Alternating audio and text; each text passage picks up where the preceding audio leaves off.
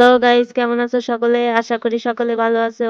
অনেকদিন কোনো বড় ভিডিও দেওয়া হয় না, তো অনেকদিন পর ভাবলাম যে একটা বড় ভিডিওই দিই। দেখো, আমাদের গোলবাগানের ভিডিও কিন্তু অনেক দেখেছো তোমরা, কিন্তু আজকে দেখাবো গোলবাগান থেকে কতগুলো মাছ ধরি। এখানে দেখো বালতি দিয়ে সেচ দিয়ে মাছ ধরা হচ্ছে। ওই পাশে নেটের ভিতর জল ফেলে দেওয়া হচ্ছে। যদি বালতিতে মাছ যায়ও, কিন্তু নেটে আটকে যাবে, তার কারণে নেটের উপর জলগুলো ফেলা হচ্ছে। এদিকে দেখো মাছগুলো লাফালাফি করছে, জল কমে গেছে যার কারণে জল পাচ্ছে না, ওরা কিন্তু ছটফট ছটফট করছে।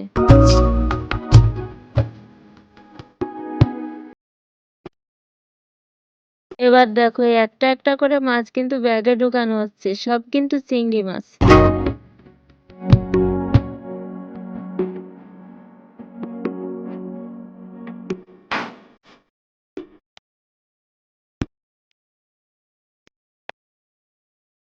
এই যে গোলপাতার যে ডাঁটাগুলো দেখতে পাচ্ছ, এই ডাঁটার তলে কিন্তু অনেক মাছ লুকিয়ে গেছে। জল কমে গেছে, ওরা পালানোর জায়গা পাচ্ছে না। দেখতেই পাচ্ছ কত মাছ হেঁটে হেঁটে যাচ্ছে।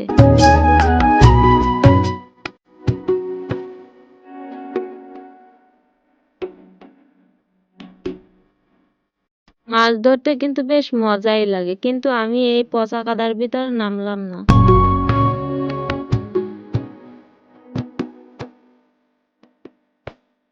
তোমরা কিন্তু দেখতেই পাচ্ছ অনেকগুলো মাছ কিন্তু ধরা হয়ে গেছে। এখানে মাছ ধরার বিশেষত্ব হলো যে জায়গা, সেখানে মাছ পাওয়ার কথাই না, অথচ সেখান থেকে অনেক অনেক মাছ ধরলাম।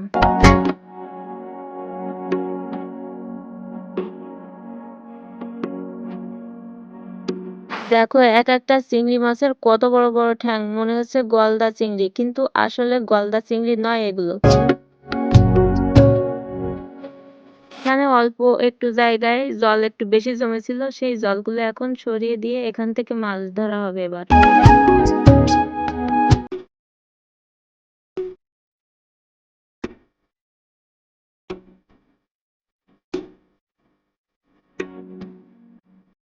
দেখো কতগুলো চিংড়ি মাছ একবার ডাঙায় উঠে আসলো। দেখো দেখো।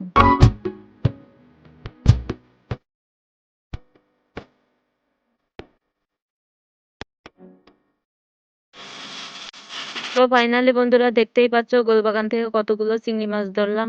বালতিতে আছে বলে কম মনে হচ্ছে, কিন্তু আসলে কম না, প্রায় 1 কিলো সমান চিংড়ি মাছ ধরলাম। এবার আমরা যাচ্ছি পুকুরে জাল ফেলে মাছ ধরতে। তো চলো আমাদের সাথে, দেখা যাক কি মাছ পাওয়া যায়। আর এখানে দেখো জল শুকিয়ে অনেকগুলো মাছ মারা গেছে, তাই আমি একটা হাঁসের বাচ্চা ধরে এনে এখানে রেখে দিলাম। ও তো ভীষণ খুশি মাছগুলো পেয়ে, কিভাবে খাচ্ছে দেখো।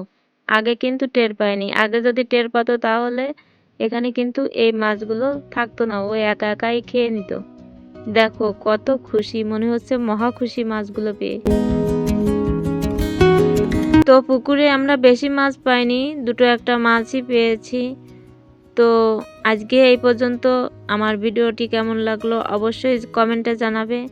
আর নতুন নতুন ভিডিও পেতে আমার চ্যানেলটি সাবস্ক্রাইব করতে ভুললো না কিন্তু। ধন্যবাদ।